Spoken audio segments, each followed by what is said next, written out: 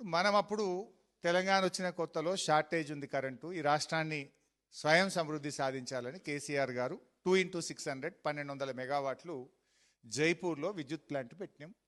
ఉత్పత్తి అయింది, కరెంటు తీసుకున్నాం, పీపీఏ చేసినాం, దానికి డబ్బులు కడతా ఉన్నాం.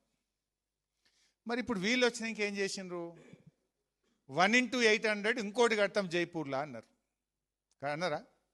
పని స్టార్ట్ అయిందా? అయితే ఈ 1x800కు రాజస్థాన్ రాష్ట్రంతో జైపూర్ జేవీ చేసిండ్రు. తెలంగాణ గవర్నమెంట్ రాజస్థానంతో జేవీ చేసుకున్నారు. Joint venture Telangana 76, Rajasthan 24.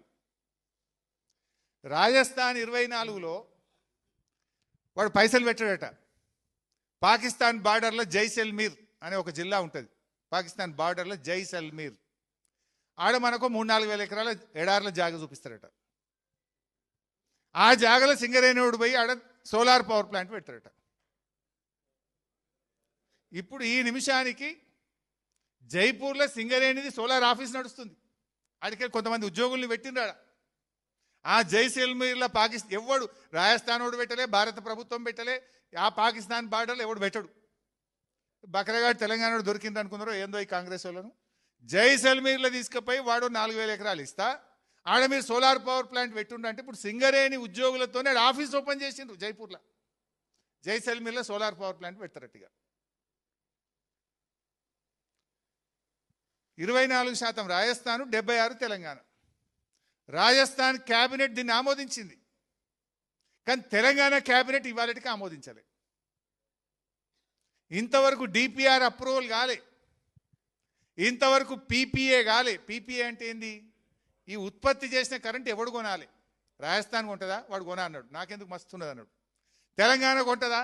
మాకు వద్దా. ఇప్పుడు ఆల్రెడీ ఎన్టీపీసీ వాళ్ళు మనకిస్తామన్న 4,000లో ఇంకా 1,600 మెగావాట్లు రెడీ ఉంది, తీసుకో అని ఎన్టీపీసీ అడిగితేనే తెలంగాణ వద్దు వద్దంటుంది.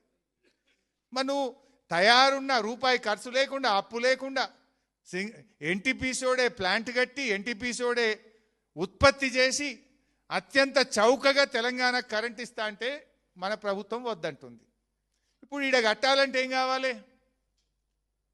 మెగావాట్కు 4 కోట్లు వేసుకున్నా 800 మెగావాట్లు అంటే 3-4 వేల కోట్లు పడుతుంది.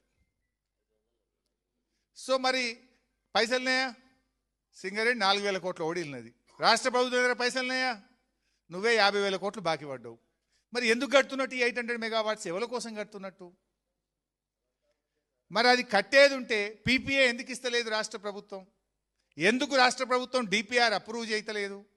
మరి రాష్ట్ర ప్రభుత్వము డిపిఆర్ లేకుండా, రాష్ట్ర ప్రభుత్వం పీపీఏ లేకుండా రాజస్థాన్తో పోయి ఎందుకు జేవీ చేసుకున్నారు?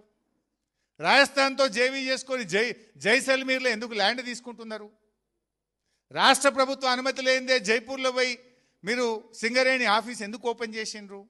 అసలు ఏం జరుగుతుంది దీని వెనుక? ఇదంతా బయటకు రావాలి.